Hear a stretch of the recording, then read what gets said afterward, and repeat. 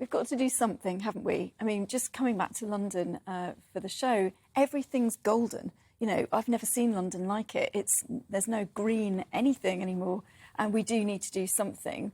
You know, but there will be people desperate to water their gardens who are really frustrated. But Southern water is not popular in my patch, so they're going to be even less popular, I think, imposing a ban. You know, yeah, you said you're doing a public meeting about this, aren't you, next week? I held a public meeting last August because basically every time it rains, which is quite frequent in Kent, usually, we've got poo and God knows what else floating around our coastline in East Kent, and our economy and our way of life revolves around that. So we can't go sailing, we can't fish, we got, you know, all the things that we enjoy doing, swimming, we can't do. And it's affecting our tourism industry, while this particular company make enormous profits, most of which are going to their shareholders and their chief executives. So they're not popular anyway. People in my patch are already saying they're not going to pay their bill. If they're now not even allowed to water their gardens, I think there's going to be another backlash. So we'll have to see how that goes down.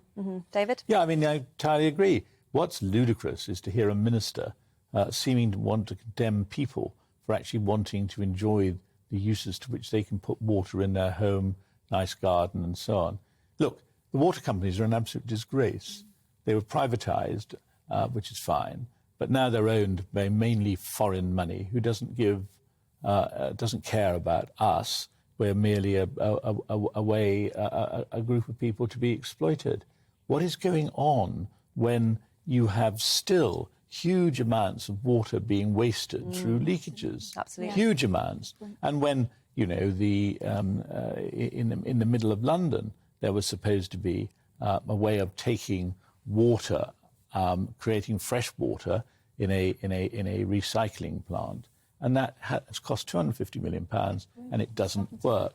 And I would like to see ministers actually taking on the water companies. Look, at the end of the day, it's a pretty lousy summer for a lot of people. I mean, the weather is good, but, you know, a lot of people have real worries. If you want to pot around your garden and you want to actually grow some lovely flowers and you want to live in a situation where you feel proud to actually sit in a garden like that you've slaved over, what are we doing threatening these people with being imprisoned or fined? You know, this government it should have learnt its lesson from what happened during the pandemic.